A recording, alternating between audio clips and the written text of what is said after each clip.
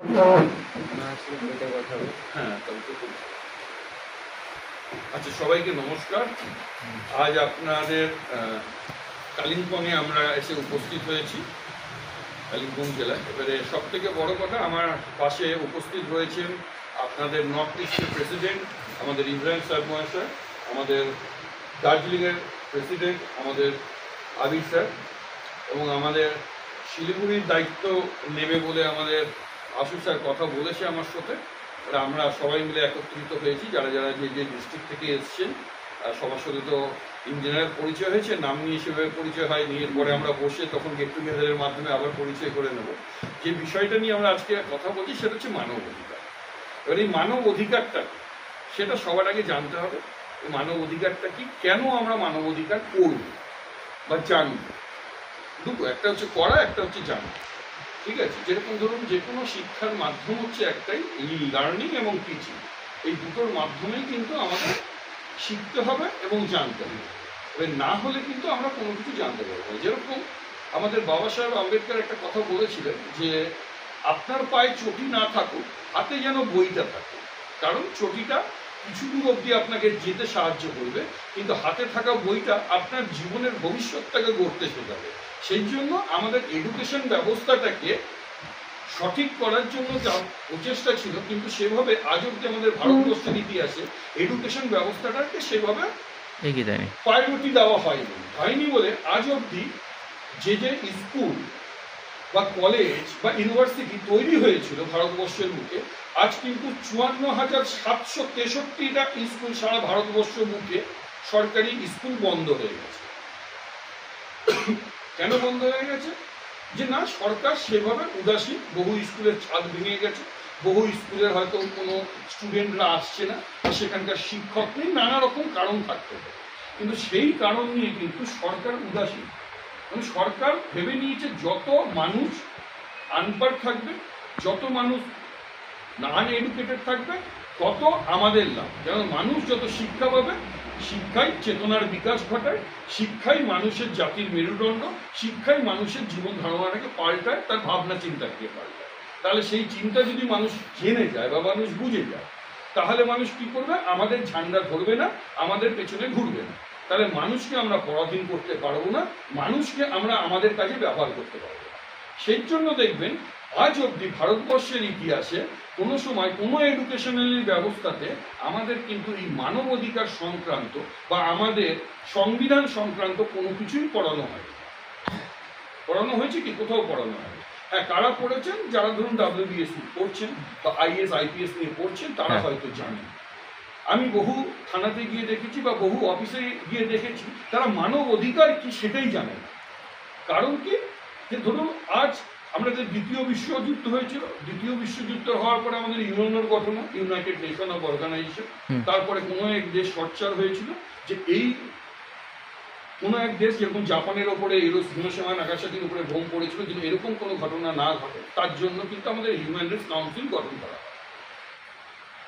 এবার সেই human rights council যখন গঠন হয়, তখন কিন্তু একজন অধ্যক্ষকে ঠিক করা হয়, যিনি তাকে দায়িত্ব দেওয়া হয় হিউম্যান রাইটসকে নিয়ে কাজ করবার জন্য। এবং তিনি 1946-এ দায়িত্ব পেয়েছিল, এবং 1948-এ তার স্মারকলিপি তিনি জমা করেন হচ্ছে ইউএনের মহাসভাতে, এবং 10 ডিসেম্বর এটাকে পাশ করে দেওয়া হয় ইউএনের মহাসভাতে।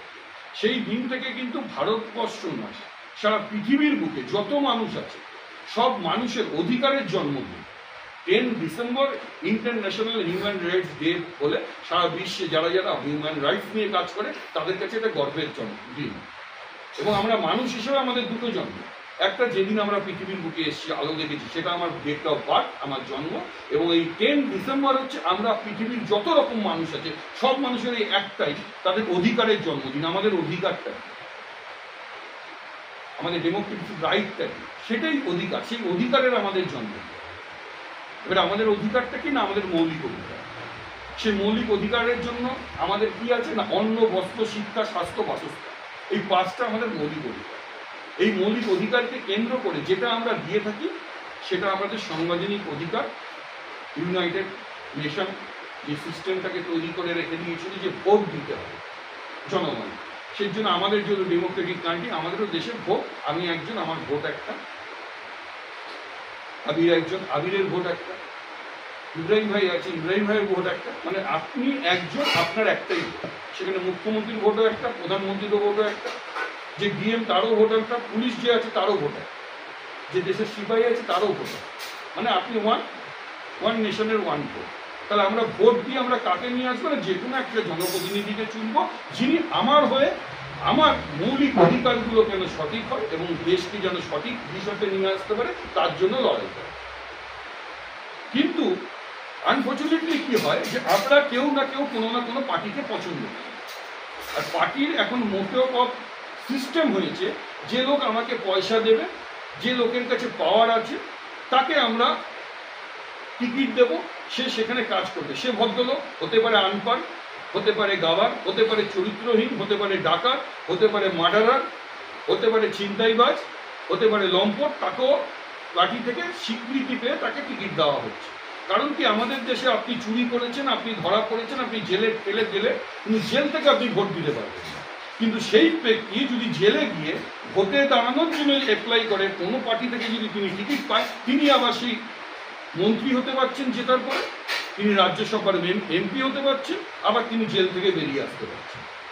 এই যে একটা অনৈতিক সিস্টেম আমাদের দেশের মধ্যে তৈরি হয়ে রয়েছে, কারণ তৈরি হয়েছে কেন না, হোক আমরা যে যে প্রতিনিধিকে পছন্দ করে যাদেরকে ভোট দিই, তারাই এই সিস্টেমটাকে তৈরি করেছে। আজকে দেখুন, যারা দেশের সিপাহী, তাদের পেনশন বন্ধ করে দেওয়া হয়েছে, কিন্তু আমাদের যে জনপ্রতিনিধি যারা রয়েছে, তাদের কিন্তু সবকিছু মানে ছেড়ে দেওয়ার পরে তাদের পেনশন আছে। তারা যদি 5টা ইলেকশন জিতে আসে, 5খানা ইলেকশনের কিন্তু রিটায়ারমেন্টের পর তুমি দাঁড়াতে পারছে না, কিন্তু সেই 5টা ইলেকশনের কিন্তু তাদের পেনশন কিন্তু 5টা পাবে। এবং যখন তারা জিতে আসছে, তাদের বিদেশ ঘুরতে যাওয়া ফ্রি,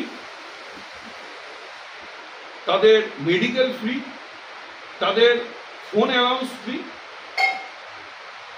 তাদের খাবার টাকার জন্য একটা অ্যালাউন্স দেওয়া হয়, তাদের কটেজের জন্য একটা অ্যালাউন্স দেওয়া হচ্ছে, তাদের গাড়ির জন্য একটা অ্যালাউন্স দেওয়া হচ্ছে, গাড়ির পেট্রোলের জন্য অ্যালাউন্স দেওয়া হচ্ছে। কিসের জন্য? আর এটা কাদের পয়সা? আমাদের জনগণের ট্যাক্সের পয়সা। কিন্তু আমরা মূর্খ জনগণ, যেহেতু আমরা এডুকেশনে আনস্টেবল, আমরা কি করি, কোনো একটা পার্টিকে কিছু পাওয়ার লোভে কোনো একটা ফান্ড আমাদেরকে কোনো সময় দিচ্ছে, কোনো কিছুর নাম করে আমরা তাকে ভোট দিচ্ছি। কেউ হয়তো হিন্দুত্বর নাম করে ভোট নিচ্ছে, কেউ হয়তো মুসলিমদের কথা বলে ভোট নিচ্ছে, কেউ হয়তো শিখের কথা বলে ভোট নিচ্ছে। সেটাকে দেখে আমাদের ভোট দিলে চলবে। আমরা কোনো পার্টি কোনো ভাবি যে না, ইনি আমাদের কমিউনিটির, এনাকে আমাকে ভোট দিতে হবে। কিসের কমিউনিটি? তিনি তো একজন চোর। ইনি আমাদের বিরাদরি, এনাকে আমাকে ভোট দিতে হবে, ইনি তো আমাদের হিন্দু। কিন্তু সেটা দেখছি যে তিনি তো একজন মার্ডারার। আমরা ভোট তাকে দেবো। দেখুন, 5 জন ব্যক্তি 5টা পার্টি থেকে দাঁড়িয়েছেন, প্রত্যেকটা করাপ্টেড, কিন্তু একজন নির্দল পার্টি কোনো একটা ব্যক্তি দাঁড়িয়েছে, তিনি সমাজসেবক হতে পারে, তিনি অ্যাডভোকেট হতে পারে, তিনি কোনো রিটায়ার্ড জাজ হতে পারে, বা তিনি স্কুল শিক্ষক হতে পারে, বা তিনি একজন নো ডাউট একটা সজ্জন ব্যক্তি হতে পারে, কিন্তু আমরা তাকে ভোট দিই। দিই কি? আমরা দিই। তাহলে মূর্খামি আমরা করছি। আমরা যদি আমাদের প্রতিনিধিকে যদি আনলিটারেচার এরকম কোনো প্রতিনিধিকে যদি তৈরি করে নিয়ে এসে আমাদের মাথার উপরে বসায়, বা চোর গুন্ডা মস্তানকে যদি আমাদের মাথার উপরে বসায়, আমরা কি পরিষেবা পাবো? না, অবশ্যই না, কোনোদিন পরিষেবা পাবো না। তাহলে দেখবেন আমরা গিয়ে পুলিশ প্রশাসনের কাছে কোশ্চেন করি, আপনি আমার কাজ করছেন না কেন?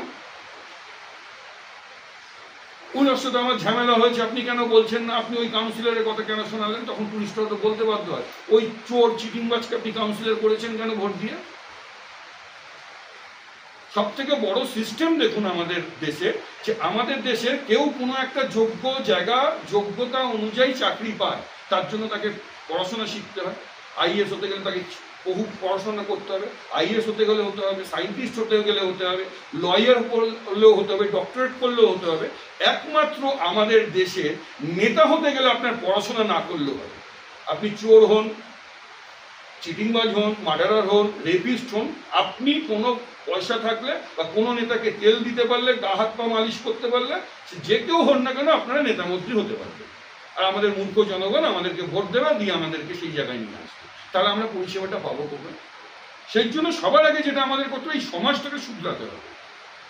আমরা তাকেই ভোট দেবো যারা সত্যিকারের, সে যে পার্টিরই হোক না কেন, যদি সে অথেন্টিক সে ভদ্রলোক যদি হয়, যে আমাদের জন্য সংসদে গিয়ে আমাদের জায়গায় বহু যে দোকানপাট যেগুলো খুলে রেখে মানুষটাই চলতো, তাদের জীবিকাটাই পর্যন্ত নষ্ট করে দেয় তারা, শুধু নিজেদের স্বার্থে। এই স্বার্থন্বেষী মানুষগুলোকে পিছিয়ে পড়ার একটাই কারণ বা একটাই জায়গা, নিজেদেরকে এডুকেশনালি শক্ত করা।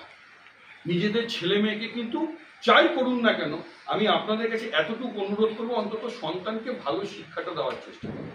আজকে দেখবেন আমরা নিউক্লিয়ার ফ্যামিলি হয়ে গেছি। আজকে আমি আমার বাবা মা ছাড়া কিছু বুঝি না, বা আমি আমার বউ আমার ছেলে ছাড়া বুঝি, কিন্তু আমরা কষ্টটা ভুলে গেছি। আমার বাবা মা আমাকে কষ্ট করে কি করে বড় করেছে। আমি বড় হয়ে যাওয়ার পর আমার বাবার কষ্টটা ভুলে গেছি, কিন্তু আমার শ্বশুর মশাইয়ের কষ্টটা আমার খুব ভালো মনে আছে, তো আমার বউয়ের কথাটা খুব ভালো মনে আছে। সেটা করলে চলবে না। আমার বাবা মারও দায়িত্বটা আমাকে নিতে হবে, আমার সেই কর্তব্যটা। আপনি যদি সেই কর্তব্য পরায়ণ না হন, তাহলে জীবনে কোনোদিন মানব অধিকার হতে পারবে না। মানব অধিকার মানে হচ্ছে মানুষের অধিকার। তবেই আপনি যদি আপনার ঘরেই সেই অধিকারটা পালন না করেন, আপনি পরের ঘরে কি পালনটা কি করে করবেন?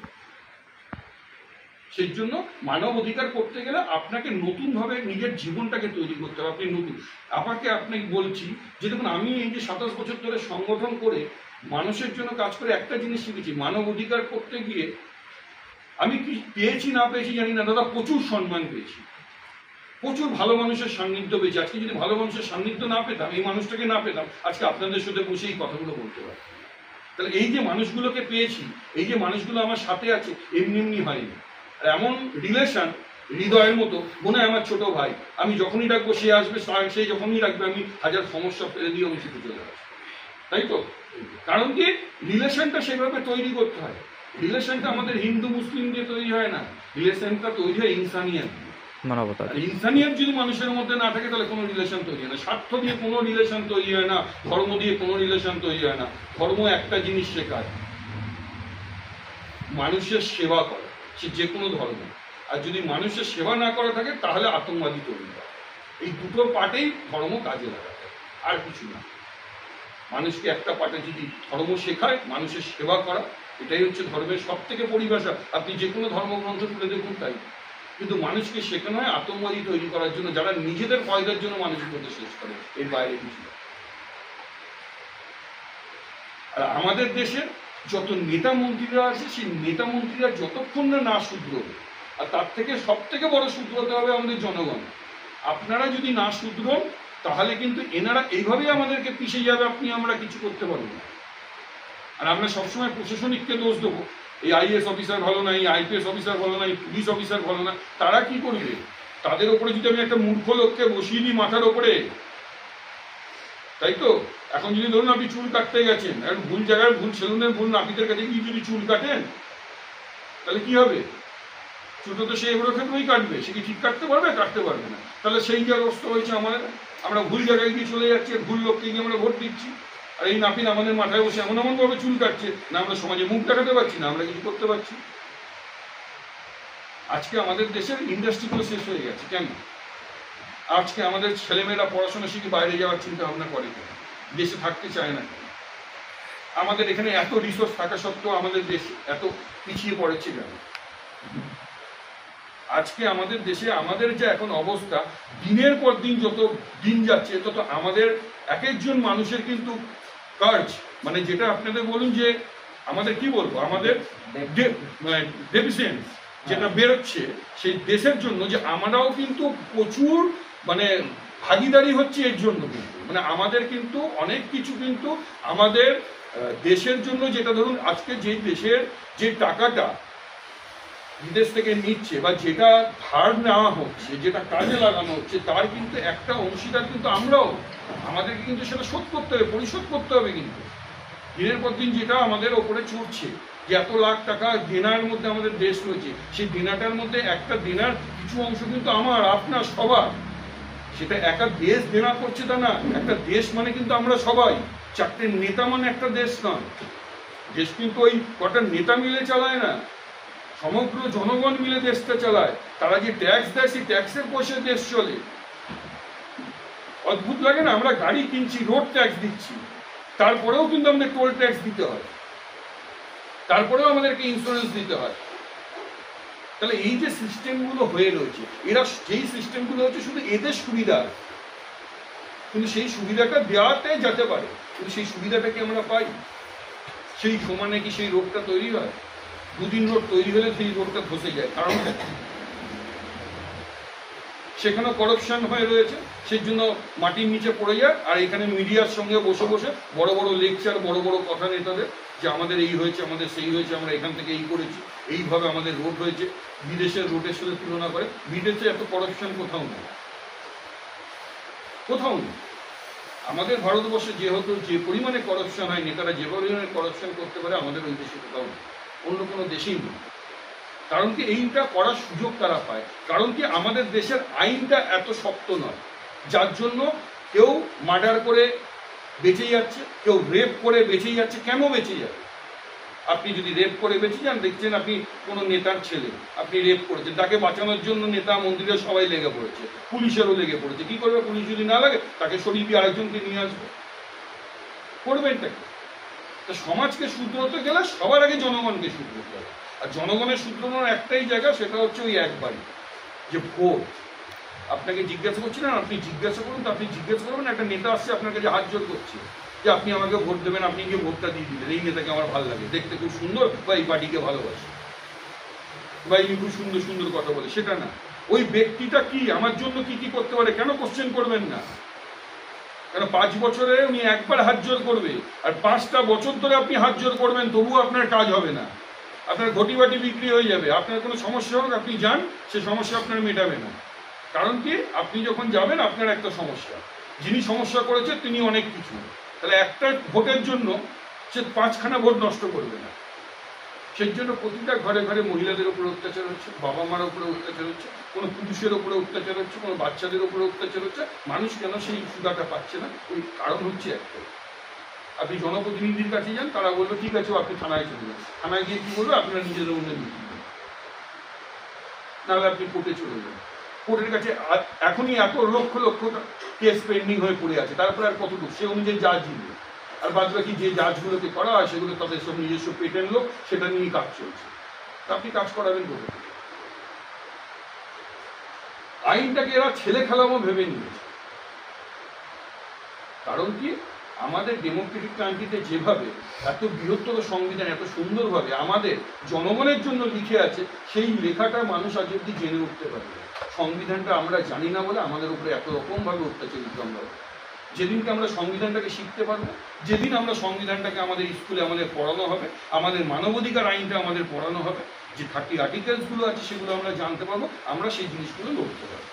এবং আপনাকে জানতে হবে, আপনাকে বললাম না সবসময় লার্নিং এবং টিচিং, আপনাকে যতক্ষণ না শিখবেন, না জানবেন, দাদা কিচ্ছু করতে পারবেন না। পাওয়ার আপনার হাতে ততক্ষণ যতক্ষণ আপনি এডুকেশনালি জানবেন। মানে আমি খুব একটা পড়াশোনায় জেনে গেছি, আমার একটা কোনো ডিগ্রি আছে, সে ডিগ্রিও কাজে লাগবে না। সেটা আপনার পড়াশোনার ডিগ্রি, নলেজেবল ডিগ্রি নয়।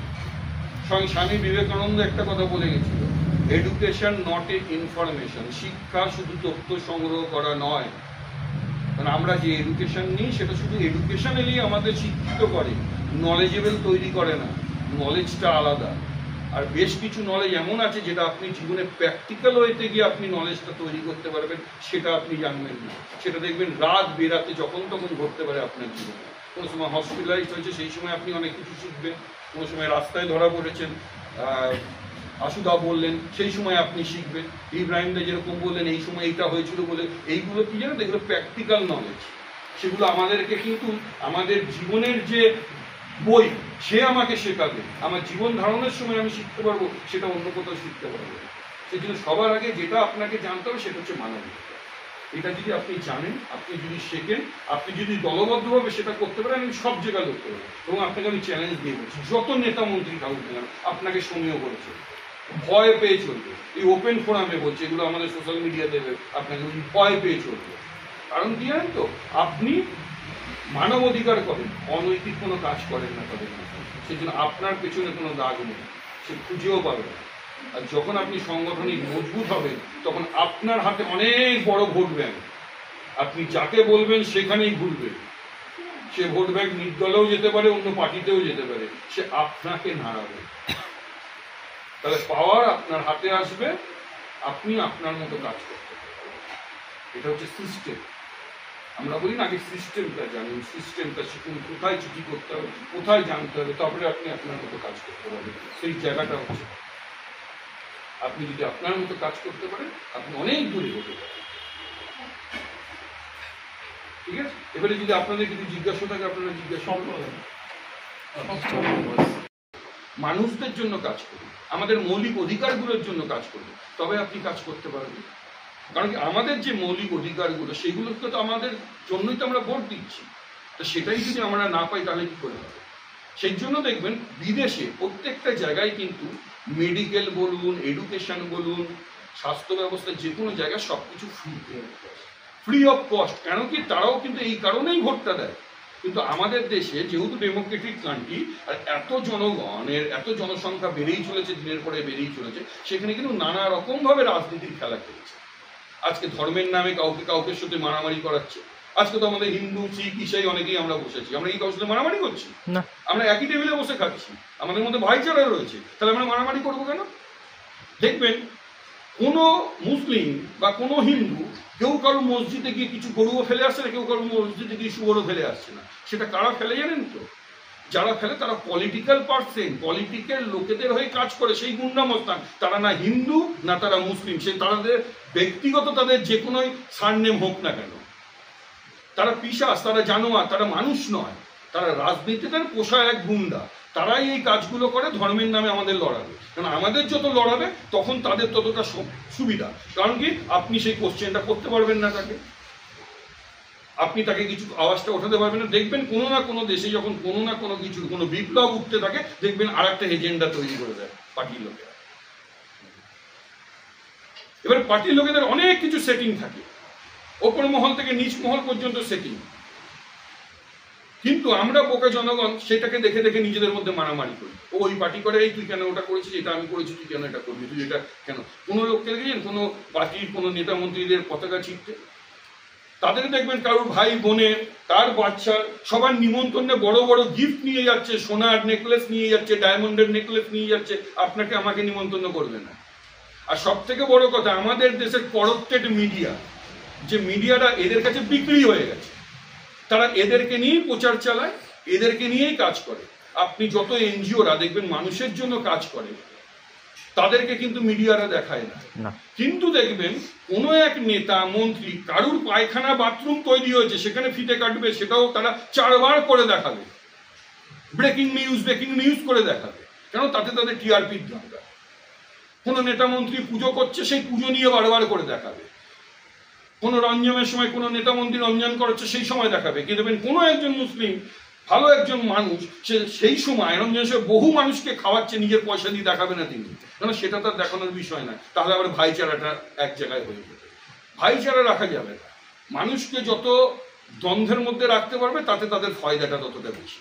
কারণ কি মানুষকে এই জন্য মূর্খ করে রাখা। সেই জন্য কিন্তু গভর্নমেন্ট আজ অব্দি মানবাধিকার সংক্রান্ত কোনো বই বারও করেনি মানুষকে শেখানোর জন্য, সংবিধানকে জানানোর জন্য সেই বইও বার করেনি, সংবিধানকে পড়ানোর জন্য মানুষের মধ্যে সেই জিনিসটাকে বিলায়নি। তা মানুষ শিখবে কি করে, জানবে কি করে? আপনি বহু থানায় যান, দেখবেন অনেক অফিসাররা জানে না। এই যে অনেকে বলছেন আপনার হয়তো লোগো লাগানো থাকবে স্টিকারে, অনেকে হয়তো তারাই জানে না যে মানবাধিকারটা ওটা গায়ে মাখে না সাবান বিক্রি করে না তেল বিক্রি করে, জিনিসটা কি তাই জানে না। আমার দীর্ঘ 27 বছরের অভিজ্ঞতা দিয়ে বলছি, আমি বহু জায়গায় গিয়ে দেখেছি। কিন্তু ওপর র্যাঙ্কে যারা এইসব নিয়ে পড়াশোনা করেছে তারা অন্তত জানে। আবার সব থেকে বড় কথা, আমরা যে নেতা মন্ত্রীদের করেছি, যাদেরকে জনগণ ভোট দিয়ে নেতা মন্ত্রী বানিয়েছে, সে অশিক্ষিত নেতা মন্ত্রীরাও জানে না মানবাধিকার কাকে বলে। অদ্ভুত না? যারা দেশ চালাচ্ছে তারাই জানে না মানবাধিকার কাকে। সেই জন্য আমাদের দিল্লিতে ন্যাশনাল হিউম্যান রাইটস কমিশনকে ঠুন্ডটনো গোপাল করে রেখে দেওয়া হয়েছে, যাকে দিয়ে কোনো কাজ করানো যাচ্ছে না। আমাদের স্টেটেও তাই, ওয়েস্ট বেঙ্গল এবং আলাদা আলাদা স্টেটের যেই কমিশনগুলো আছে, যে কমিশনগুলোকে তৈরি করা হয়েছিল, সেই কমিশনগুলোকে এইভাবে নষ্ট করে রাখা হয়েছে যাতে মানুষ কাজ না করতে পারে। কেন? কমিশন তো নিরপেক্ষ, কমিশন জনগণের হয়ে কাজ করবে। কিন্তু এখন কমিশনকে কাজ করতে হচ্ছে সরকারের, সেটা তো নয়। কমিশন তৈরি হয়েছে নিরপেক্ষতার জন্য। কারণ কি, যখন 1948-এ মানবাধিকার আইন পাস হয় ইউএনও থেকে, তখন 30টা দেশ সরব হয়েছিল, 30টা দেশে মানবাধিকার চলে গিয়েছিল। কিন্তু তখনও কিন্তু আমাদের ভারতবর্ষে আসেনি। 1993-তে তৎকালীন প্রধানমন্ত্রী আমাদের নরসিংহ রাও এবং বিদেশ মন্ত্রী আমাদের ছিলেন মনমোহন সিং। বিদেশ নীতি এবং ইউনিয়নের চাপে, রাষ্ট্রসংঘের চাপে ভারতবর্ষ মানবাধিকার আইন পাশ করতে বাধ্য হয়। 12ই অক্টোবর 1993-তে আমাদের সংবিধানে এটা লিপিবদ্ধ হয় এবং আমাদের ন্যাশনাল হিউম্যান রাইটস কমিশন গঠন করা হয় দিল্লিতে। কিন্তু তারপরেও যখন এই কমিশন ঠিক মতো করে কাজ করতে পারছিল না, তখন 1995-এ 5-ম্যান কমিশন গঠন করে প্রতিটি রাজ্যে কমিশন তৈরি করে দেওয়া হয়। এই 5-ম্যান কমিশন কি না, 5-ম্যান কমিশন 5 জনের নেতৃত্বে সেই কমিশনটাকে তৈরি হয়, যে একজন চিফ রিটায়ার্ড, একজন জাজ সুপ্রিমো তিনি থাকবেন, একজন পাবলিক প্রসিকিউটর রিটায়ার্ড তিনি থাকবেন, একজন আইএএস অফিসার থাকবেন, একজন আইপিএস অফিসার থাকবেন, একজন সোশ্যাল অ্যাক্টিভিস্ট। আজকে সেখানে গিয়ে দেখুন আইএস আইপিএস খুঁজে খুব কম পাবেন, বা যে লোককে পাবেন তারা দেখুন তাদেরই কোনো নেতা মন্ত্রীর কোনো কেউ। আর সোশ্যাল অ্যাক্টিভিস্ট তো পাবে না, সোশ্যাল অ্যাক্টিভিস্ট এখন নেতারা হয়ে গেছে, তারাই প্রেসিডেন্ট, তারাই সব জায়গায় বসে রয়েছে, তাদেরই চামচারা সব জায়গায় বসে আছে। তা আপনি কাজ করবেন না। আজকে হিউম্যান রাইটসকে কাজ করতে দেওয়া হয় না, কারণ কি হিউম্যান রাইটস যদি কাজ করে তাহলে নেতাদের যে এই যে দোকানগুলো খুলে রেখেছে সেই দোকানগুলোকেও বন্ধ হয়ে যাবে, কারণ মানুষকে তারা সচেতন করতে হবে। কারণ কি যে এই যে হিউম্যান রাইটস সংগঠনগুলো যারা আছে তারা কাজ করার জন্য পারমিশন তো সরকার দেয়, কিন্তু অনুদান দেয় না। যুদ্ধক্ষেত্রে করার জন্য আপনাকে পারমিশন দেবে, কিন্তু হাতিয়ার কেনার জন্য পয়সা দেবে না। তাহলে আপনি যুদ্ধটা করবেন কি করে? গভর্নমেন্ট এমন সিস্টেমে আপনাকে বেঁধে রেখেছে, মানে আপনি চাইলেও জানতে পারবেন। কিন্তু আমরা দীর্ঘদিন ধরে বহু স্কুলে গেছি, বহু প্রাইভেট স্কুল তৈরি হয়েছে, তাদেরকে আমরা অ্যাপ্রোচ করছি যে আপনারা হিউম্যান রাইটস নিয়ে পড়ান, মানুষকে শেখান, অন্তত জাতির মেরুদণ্ডটা শক্ত করুন, যেটা এখন একেবারে নষ্ট হয়ে গেছে। এখনকার দিনে মানুষ কিন্তু দেখবেন, আগে আমরা শিক্ষকদের শ্রদ্ধা করতাম, হয়তো বই না পড়ে গেলে ভয় পেতাম যে টিচার আমাদের মারবে বলে। এখন এমন হয়ে গেছে যে টিচারের মার পায় না বলে ছেলেমেয়েরা কিন্তু এখন অনেক অধঃপতনে নেমে গেছে। এখন আমরা কিছু হলেই সোশ্যাল মিডিয়ার দোষ দিই। সোশ্যাল মিডিয়ার তো সব কিছু হয় না, অনেক সোশ্যাল মিডিয়া থেকে অনেক শিক্ষামূলক অনেক কিছু দেখা যায়। আজকে দেখবেন যে সোশ্যাল মিডিয়াতে আজকে কোথায় কি হচ্ছে না হচ্ছে সেটা আমরা জানতে পারছি। অন্তত পেটেন্ট যে আমাদের নিউজ চ্যানেলগুলো আছে, TV news channel, satellite news চ্যানেলের থেকে বেশি এখন সোশ্যাল মিডিয়া থেকে জানা যায় সত্যি খবরগুলো। আর সেখানে যেটা দেখা যায় সেটা নেতাদের প্রোপাগান্ডা, নেতাদের ভাষণ, নেতাদের মিথ্যা প্রতিশ্রুতি মানুষকে বলা। কারণ কি, যারা ধরুন দেশের জন্য প্রাণ ত্যাগ করছে তাদেরকে রিটায়ারমেন্টের পরে তাদের পেনশন বন্ধ করে দেওয়া হচ্ছে, কিন্তু তাদের পেনশন কিন্তু দিনের পর দিন বেড়ে চলেছে। আর পয়সাটা আসছে কোথা থেকে না, আমাদের ট্যাক্সের পয়সা। আজকে দেখবেন কোনো কিছু পাস করাতে হলে আমাদেরকে কিরকম অনেক দেখবেন অনেক পার্টি আছে ভুল বোঝায়, ওই তো আজকে একটা বিল পাস হয়েছিল আমরা সংসদ ত্যাগ করেছি, আমরা তো ওনাকে সাপোর্ট করি না। তোরা তো ইচ্ছা করেই সাপোর্ট করেছিস। সাপোর্টটা কেরম হয় হিসাব অনুযায়ী আপনাকে দিচ্ছি। আপনার ধরুন 100টা ভোট পেলে আপনি হয়তো 100টা আপনার ভোট, তার মধ্যে মেজর পোর্শন আপনার ভোট হলে তাহলে আপনার বিলটা পাস হবে। কোনো একটা পোর্শনের কাছে 30টা ভোট আছে, আর যে মেজর পোর্শন আছে সে ধরুন 40টা পাস আছে, তাহলে 40 আর 30 কত হলো?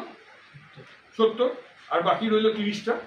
এবারে যে ধরুন যদি আপনার এগেনস্টে যে 30টা আছে সবাই সব মিলে, আর আপনার আছে 40টা, আর একটা মেজর কোশ্চেন যে সেকেন্ড কমান্ডিং ব্যাপারটা রয়েছে, সে যদি 30টা সাপোর্ট না করে তাহলে তো সে বিলটা পাস হয় না। সে যখন সংসদে বা ধরুন পার্লামেন্টে অফ হয়ে যায়, তার মানে কি আপনার 30 মাইনাস হয়ে গেল, তাহলে 30 আর 40-এর মধ্যে আপনার বিল এমনিতেই পাস হয়ে গেল। তাহলে মানুষকে কিভাবে ভুল বোঝাচ্ছে বুঝতে পারছেন তো?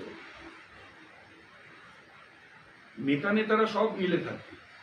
এই যে দেখেন না যে গালাগালি করছে, মিডিয়াতে বসে গালাগালি করছে, তারপরে সবাই কিন্তু একই সঙ্গে বসে টেংরি, কাবাব, ফিশ ফ্রাই, ঠিক আছে, জিলেবি সব কিছু খেতে খেতেই কিন্তু সবাই বাড়ি পৌঁছয়, আর আমাদের পাবলিককে ভুল বোঝানো হয়।